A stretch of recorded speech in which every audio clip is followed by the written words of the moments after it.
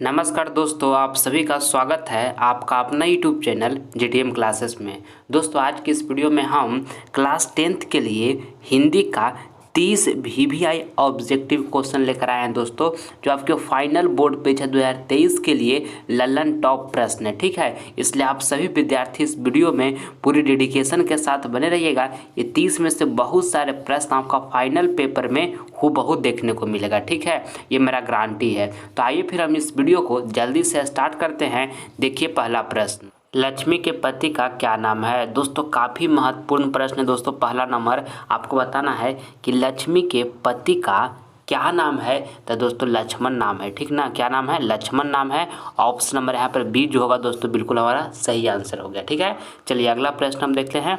दूसरा नंबर देखिएगा, कहता है बिरजू महाराज का संबंध किससे था। दोस्तों ये प्रश्न वेरी इंपॉर्टेंट प्रश्न है।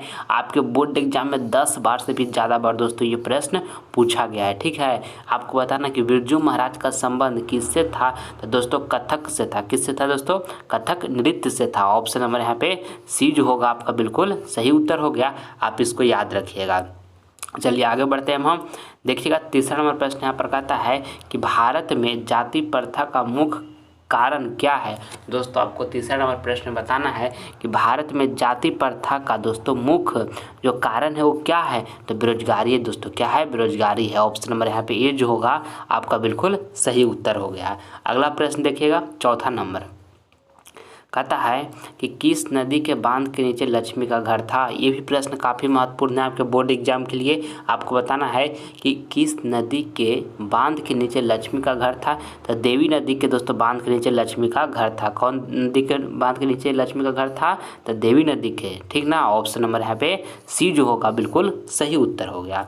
अगला देखिएगा पाँचवा नंबर प्रश्न यहाँ पर कहता है कि बहादुर कहाँ से भाग के आया था। दोस्तों आपको बताना है पाँचवा नंबर प्रश्न में कि बहादुर कहाँ से भाग के आया था।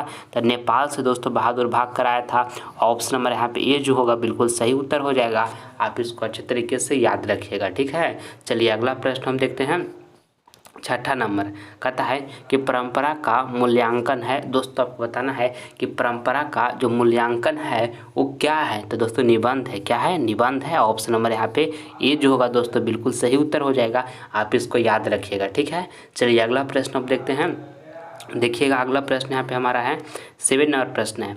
कहता है कि राम नाम बिनु बिरथे जागी जन्मा, यह पंक्ति की है। दोस्तों ये भी काफ़ी शानदार प्रश्न है आपके बोर्ड एग्जाम के लिए। आपको बताना है इस प्रश्न में कि राम नाम बिनु बिरथे जागी जन्मा, यह पंक्ति जो दोस्तों किसकी है। तो गुरु नानक का है। किसका दोस्तों? गुरु नानक का है। आपको इसको याद रखना है। ऑप्शन नंबर यहाँ पे ए जो होगा बिल्कुल सही उत्तर हो गया। ठीक है, चलिए अगला प्रश्न हम देखते हैं 8 नंबर। और दोस्तों आप सभी विद्यार्थी इस वीडियो में 1 से लेकर 30 तक पूरी डेडिकेशन के साथ बने रहिएगा। एक भी प्रश्न का दोस्तों आप स्किप मत कीजिएगा। ठीक है, ये 30 का 30 प्रश्न आपके बोर्ड एग्जाम के लिए वेरी इंपॉर्टेंट प्रश्न है। ठीक है, देखिए यहाँ पे 8 नंबर दोस्तों प्रश्न कहता है कि जाति प्रथा स्वाभाविक विभाजन नहीं है, क्यों। ये भी काफ़ी शानदार प्रश्न है। आपको बताना है दोस्तों कि जाति प्रथा स्वाभाविक विभाजन नहीं है, क्यों। तो रुचि पर आधारित नहीं होने के कारण। ठीक है, ऑप्शन नंबर यहाँ पे डी जो होगा आपका बिल्कुल सही उत्तर हो जाएगा। आपको इसको याद रखना है। ठीक है, चलिए अगला प्रश्न हम देखते हैं 9 नंबर। कहता है कि भारत माँ के श्रेष्ठ मुख की तुलना कवि ने किससे की है। ये भी काफ़ी शानदार प्रश्न 9 नंबर दोस्तों। आपको बताना कि भारत माँ के श्रेष्ठ की मुख की तुलना दोस्तों मुख की तुलना कवि ने किससे की है। तो छाया युक्त चंद्र से की है। किससे की दोस्तों? छाया युक्त चंद्र से की है। ऑप्शन नंबर यहाँ पे डी जो होगा ना बाबू आपका बिल्कुल सही उत्तर हो गया। आपको इसको याद रखना है। ठीक है, चलिए अगला प्रश्न अब देखते हैं।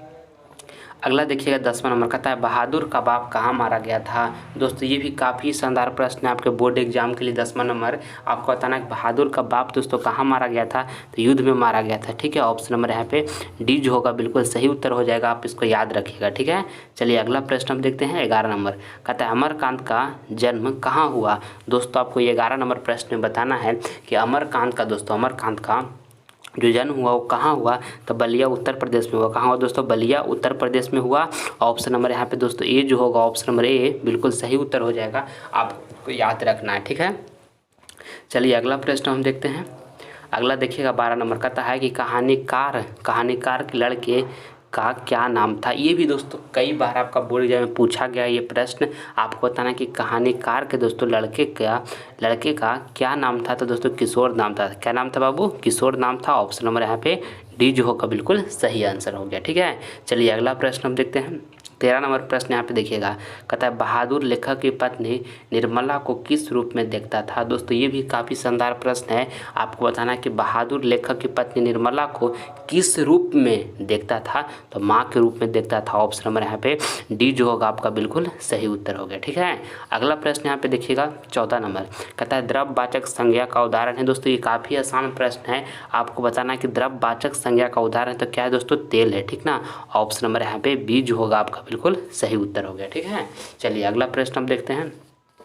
देखिएगा 15 नंबर प्रश्न। 15 नंबर प्रश्न कहता है कि श्रम विभाजन और जाति प्रथा के लेखक कौन है। दोस्तों आपको बताना है कि श्रम विभाजन और जाति प्रथा के लेखक जो है दोस्तों वो कौन है। तो बाबा साहेब भीमराव अम्बेडकर हैं। दोस्तों आपको इसको याद रखना है। ऑप्शन नंबर यहाँ पे सी जो होगा हमारा बिल्कुल सही आंसर हो गया। ठीक है, चलिए अगला प्रश्न हम देखते हैं। अगला देखिएगा यहाँ पे 16 नंबर प्रश्न कहता है कि मंगू की माँ की कितनी संतानें थी। दोस्तों आपको बताना है कि मंगू की माँ की दोस्तों कितनी संतानें थी। तो 4 थी। कितनी थी दोस्तों? 4 थी। ऑप्शन नंबर यहाँ पे सी जो होगा आपका बिल्कुल सही उत्तर हो जाएगा। आपको इसको अच्छे तरीके से ध्यान में रखना है। ठीक है, चलिए अगला प्रश्न हम देखते हैं।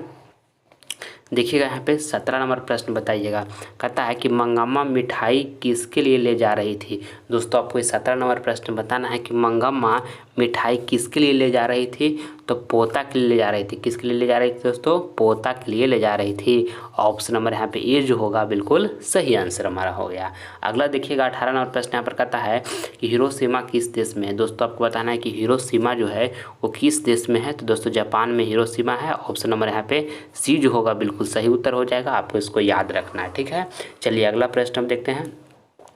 अगला प्रश्न हमारा यहाँ पे 19 नंबर है, कहता है कि रसखान किसके भक्त थे। दोस्तों आपको बताना है कि रसखान जो थे वो किसके भक्त थे। तो कृष्ण के थे। किसके थे दोस्तों? कृष्ण के थे। ऑप्शन नंबर यहाँ पे ये जो होगा आपका बिल्कुल सही उत्तर हो जाएगा। आपको इसको याद रखना है। ठीक है, चलिए अगला प्रश्न हम देखते हैं। अगला यहाँ पे देखिएगा 20 नंबर, कहता है मैक्स मुलर के अनुसार सच्चे भारत के दर्शन कहाँ हो सकते हैं। ये भी दोस्तों काफ़ी महत्वपूर्ण प्रश्न है। 20 नंबर आपके बोर्ड एग्जाम के लिए आपको बताना है 20 नंबर प्रश्न में कि मैक्स मुलर के अनुसार सच्चे भारत के दर्शन कहाँ हो सकते हैं। तो ग्रामीण भारत में हो सकते हैं दोस्तों। ठीक है, ऑप्शन नंबर यहाँ पे सी जो होगा आपका बिल्कुल सही उत्तर हो गया। अगला प्रश्न यहाँ पे देखिएगा 21 नंबर, कहता है भारत माता कविता का कवि कौन है। ये भी दोस्तों प्रश्न काफ़ी महत्वपूर्ण है आपके बोर्ड एग्जाम के दृष्टिकोण से। आपको बताना है कि भारत माता कविता का दोस्तों कवि जो है वो कौन है। तो सुमित्रा नंदन पंत है। कौन है दोस्तों? सुमित्रा नंदन पंत है। ऑप्शन नंबर यहाँ पे ये जो होगा बिल्कुल सही आंसर हो जाएगा हमारा। ठीक है, चलिए अगला प्रश्न हम देखते हैं। अगला यहाँ पे देखिएगा 22 नंबर, कहता है कि नागरी लिपि के आरंभिक लेख में हमें कहाँ से मिलते हैं। दोस्तों ये भी काफ़ी शानदार प्रश्न 22 नंबर आपके बोर्ड एग्जाम के लिए। आपको बताना है कि नागरी लिपि के आरंभिक लेख हमें कहाँ से मिलते हैं। तो दक्षिण भारत से मिलते हैं। कहाँ से मिलते हैं? दक्षिण भारत से मिलते हैं। ऑप्शन नंबर यहाँ पे सी जो होगा बिल्कुल हमारा सही आंसर हो गया। ठीक है, चलिए अगला प्रश्न हम देखते हैं। 23 नंबर प्रश्न यहाँ पे देखिएगा, कहता है डॉक्टर भीमराव अम्बेडकर का जन्म कहाँ हुआ।